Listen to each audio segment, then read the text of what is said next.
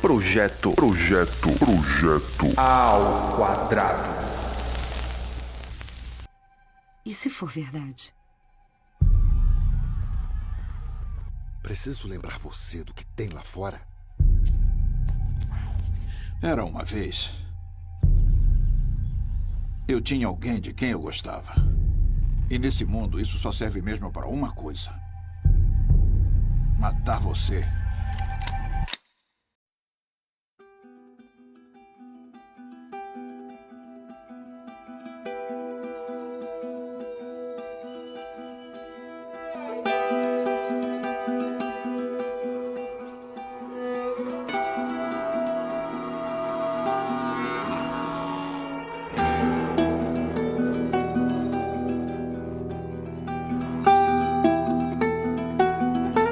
Alguma vez no desenrolar da sua vida, você trombou com alguém que era grosseiro, mal educado e que respondia pelos cotovelos? E que quando você conheceu melhor alguém desse jeito, descobriu que antes essa pessoa não era tão amarga assim. Há pessoas desse perfil que quando conhecemos melhor, seja por criar uma amizade ou nos aproximarmos por ter algum amigo em comum ou o que seja, descobrimos que há muito tempo essa mesma pessoa era na verdade alguém extrovertido, de bem com a vida e muitíssimo alegre. Mas por conta de alguma coisa que aconteceu em determinado momento da vida dela, ela se retraiu, mudando sua personalidade, tornando-se alguém fechado e uma pessoa extremamente amarga. Vê alguém na sua mente? Um amigo, um parente, ou quem sabe até um irmão em Cristo? Ou melhor, talvez você mesmo? Se você curte Bíblia e videogame, mundos distópicos e fungos assassinos, então te aconselho a pegar um refri, fazer um sanduíche e cola com a gente.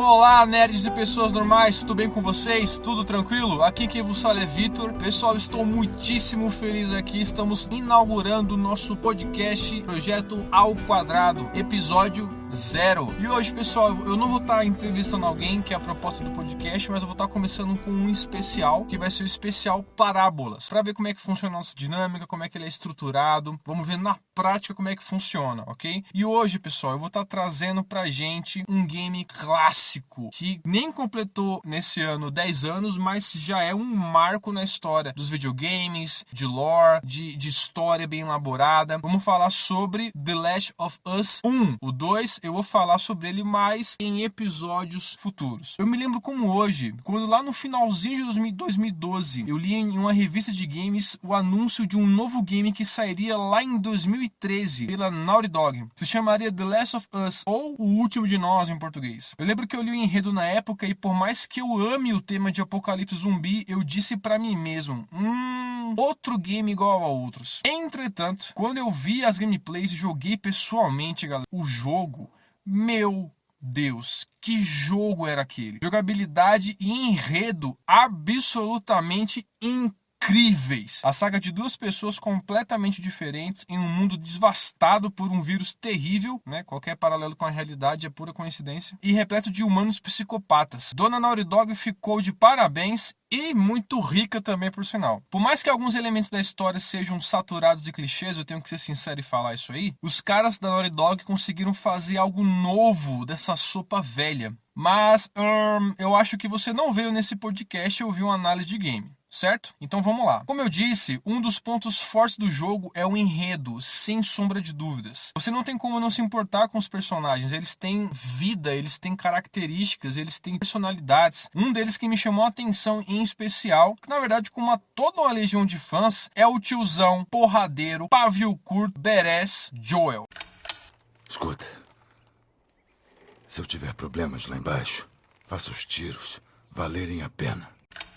O velho é brabo, bom de briga, determinado e não tem dó de ninguém. É sério. Pra quem nunca jogou ou nunca ouviu falar do game, coisa que eu acho difícil, mas enfim. O Joe é um cara que ele não tem dó de ninguém. O cara é sangue nos olhos. E é óbvio que a gente ama ele por conta disso. Mas como todo bom herói ou anti-herói, que é no caso do Joel, o Joel tem também a sua própria história de origem. E como todo bom herói ou anti-herói, o Joel também tem a sua própria tragédia, que todo herói passa por um período disso, e ele tem a sua própria. Não há spoiler pra ninguém que jogou o jogo ou assistiu a gameplay. Na verdade, quem nunca jogou ou pretende jogar, o Joel ele vivencia uma experiência que o marca pro resto da vida, que é a triste perca da sua única filha. Quando o vírus começa a tomar proporções cada vez maiores, isso lá no comecinho do jogo, os infectados se espalham por toda parte, causando um verdadeiro pandemônio. Gente, essa cena, os primeiros minutos do jogo, quando eles saem da casa, o bicho tá pegando, o mundo tá pegando fogo, é uma das cenas mais tensas que eu vi na cultura geek, na cultura pop e nos games em geral. O Joel tenta salvar sua filha e até consegue levá-la a um soldado do exército no meio daquela correria. Mas infelizmente, é aí que o pior acontece. O militar havia recebido ordens de eliminar qualquer um que estivesse nos focos de infecção, estando infectados ou aparentemente não. Só de você estar lá já era um motivo de você ser eliminado. Joel, com a filha nos braços, é alvejado pelo cara. Seu irmão, o Tommy, chega na hora, no último instante consegue salvar ele. Entretanto, a filha de Joel não resiste aos ferimentos e, agonizando, morre nos braços do próprio pai. E se você nunca viu essa cena, marmanjão, acredite, ela vai mexer com você.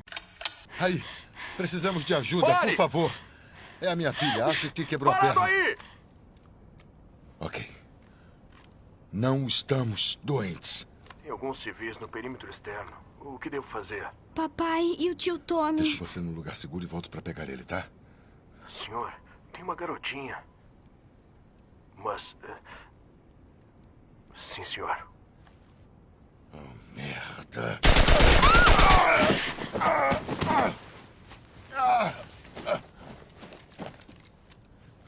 Por favor, não.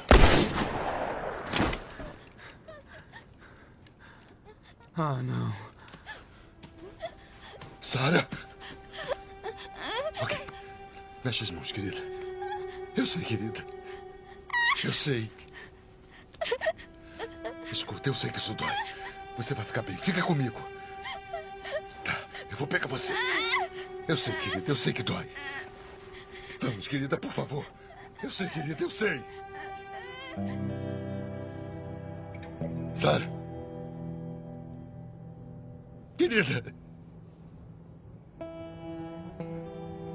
Não faz isso comigo, querida. Não faz isso comigo.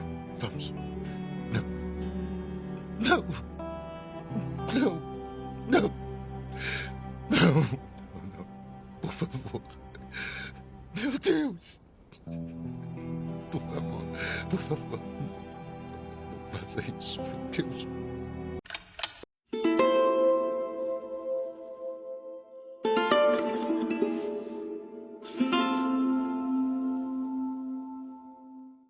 O que se sucede, depois desse evento traumático que o John vivencia, é que por conta da dor da perda, Joel se torna um homem sombrio, frio, calculista e extremamente amargo, evitando criar laços próximos e sendo seletivo com suas amizades. E por quê? O porquê é que, além do trauma, o Joel criou medo de se importar novamente e sofrer a mesma dor da perda que ele sofreu com a Sarah. E se você parar para analisar, meu caro amigo ouvinte, nós fazemos o mesmo também.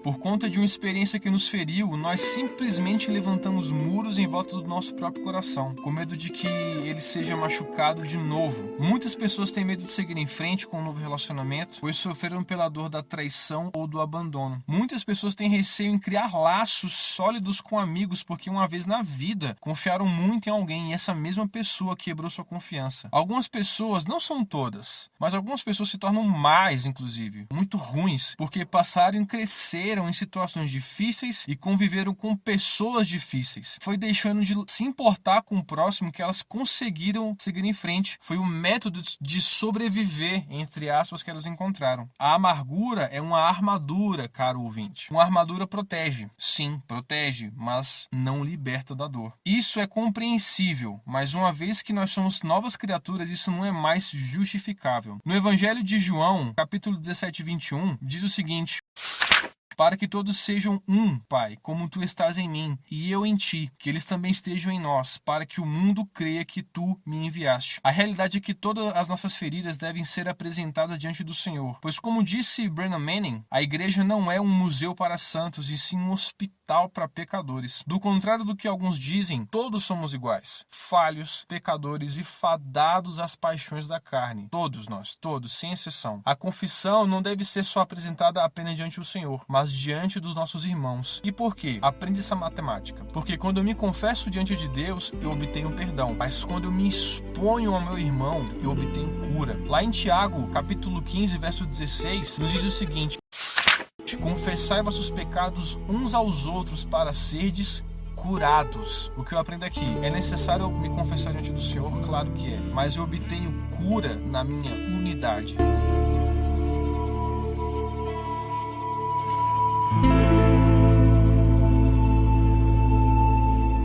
Joel conhece Ellie, uma garotinha de 14 anos, boca suja, mas Deus perdoa, que o faz lembrar muito da sua falecida filha. O coroa brigão recebe a missão de levá-la até um local específico e no final ele receberia em troca equipamentos que lhe foram tomados. No final das contas, a Ellie seria apenas mais um serviço. Entretanto, juntos passam por grandes perigos e desventuras e inevitavelmente o que Joel mais temia começa a acontecer. Ele começa a criar vínculos novamente. Com seu jeito de ser, Ellie começa a quebrar a armadura do Joel e, sem se dar conta, o camarada começa a despertar sentimentos paternos por Ellie. Só que o velho sempre barra os momentos mais bonitos de afeto do jogo. O medo de passar por uma nova perda é latente no coração do Joel. Entretanto, Ellie descobre sobre a filha dele e quando conversam sobre o assunto, o coroa, mesmo furioso, fala sobre a tragédia que havia enterrado dentro de si. Quando o Joel simplesmente expõe a sua dor, ele começa ali um processo de cura. Eu posso cuidar de mim mesma. Quantas vezes nós quase morremos? Acho que estamos indo bem até agora. E agora você vai ficar melhor ainda com Tommy. Eu não sou ela, sabia? O quê? A Maria me contou da Sarah. Ellie! Olha aqui, Ellie, esse assunto é muito delicado. Sinto muito pela sua filha, Joel. Mas também perdi pessoas. Você não faz ideia do que é perder. Todas as pessoas que eu gostava morreram ou me deixaram. Todo mundo, menos você. E não diga que eu ficaria mais segura com outra pessoa, porque na verdade eu só teria mais medo. Tem razão. Você não é minha filha. E com certeza eu não sou seu pai. Seguinte, pessoal, alerta de spoiler, se você não jogou, mas quer continuar, não me culpe. Tudo bem que o jogo é de 2013, tá bem longe aí, mas, né, quem sabe, né, você nunca jogou, nunca ouviu falar, acontece, tem gente que é assim. Enfim, pessoal, tá avisado. No final da jornada, quando o Joel descobre toda a armação por trás e que Ellie será morta para a elaboração de uma espécie de cura, porque ele descobre que Ellie é imune ao vírus, ele decide salvá-la. Apesar do dilema moral dessa parte, né, que isso daria um podcast à parte, mas apesar do dilema moral que ele passa sobre salvar ou não, em pensar no bem maior das pessoas, uma coisa aqui fica clara: ele simplesmente rejeita a recompensa de sua missão e, no ato de bravura, enfrenta vários inimigos sozinho e decide sair da armadura e se importar de novo. Decide enfrentar o medo da perda mais uma vez. Pessoal, viver dentro de uma armadura para se proteger da dor é como viver tomando morfina com uma ferida sangrando. Por mais que alivie a dor, é necessário uma operação médica para fechar o ferimento de vez. A armadura protege, mas não liberta. É necessário que você se exponha, meu caro nerd. Quem sabe, um dia você caminhou nessa jornada com o Senhor, que não é um mundo pós-apocalíptico cheio de infectados, instaladores e esporos assassinos, mas às vezes parece que a dificuldade é igual. Só que hoje, por conta de uma experiência ruim, seja decepções, seja solidão, traição, frustrações, situações que te feriram, você diminuiu o passo ou até simplesmente parou na caminhada da fé. Quem sabe você descobriu que se infectou com o vírus do pecado, pornografia, drogas, relacionamentos ilícitos, e por não conseguir se libertar disso, se trancou dentro de uma armadura com medo do que vão dizer, caso venha se confessar com seu irmão ou um líder. Joel ficou 20 anos dentro da sua armadura. Não se esconda dentro da sua tanto tempo. Você irá apenas atrasar aquilo que Deus tem na sua vida. Eu costumo falar para as pessoas que a igreja é como um Alcoólicos Anônimos. São pessoas que vão ao mesmo lugar que a igreja, com o mesmo problema que é o pecado, e lá eles vão atrás de ajuda e se confessam uns aos outros para se fortalecerem. Essas pessoas sabem que estão erradas, sabem que precisam de ajuda, não podem condenar um ao outro porque ali todo mundo é igual, todo mundo está na mesma condição. A Bíblia é clara, nós estamos desgarrados da glória de Deus. É se ajudando que cada um consegue progredir. Como dizem no Alcoólicos Anônimos, é um dia de cada vez. Se alguém na própria casa do Senhor lhe feriu e você se desviou, e fica aqui uma observação que para ser desviado eu não tenho que sair da igreja, eu tenho que sair do propósito. Tem muita gente que tá na igreja, só que tá com o coração longe do Senhor. Mas enfim,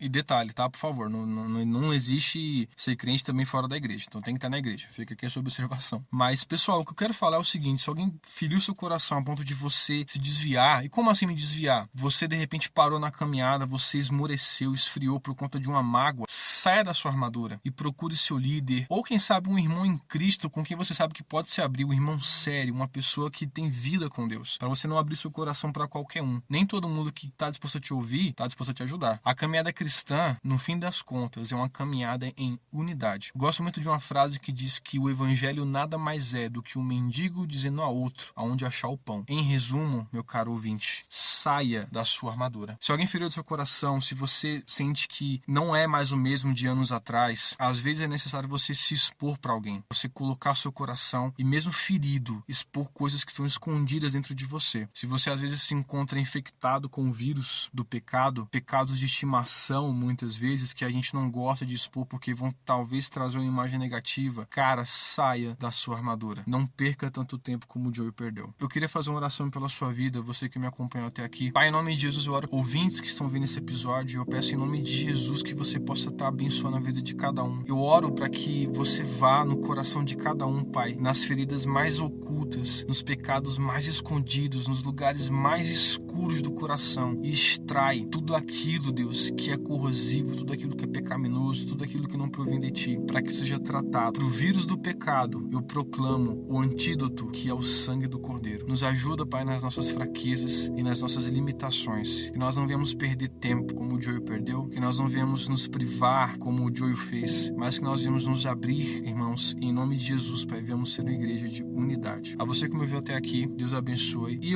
mais uma vez eu falo, se você tem coração ferido por alguma coisa, não rumine isso, porque só vai afetar somente você. Não pare na fé. Não permita que essa amargura venha te retardar. Se você tem algum bloqueio, cure alguém e exponha seu coração. Deus abençoe a vida de cada um. Muito obrigado a cada um que ouviu até aqui. Fica acompanhando a nossa página, tá? Lá no Instagram, que logo teremos mais novidades e mais episódios novos em breve. Deus abençoe, nerds. Tamo junto!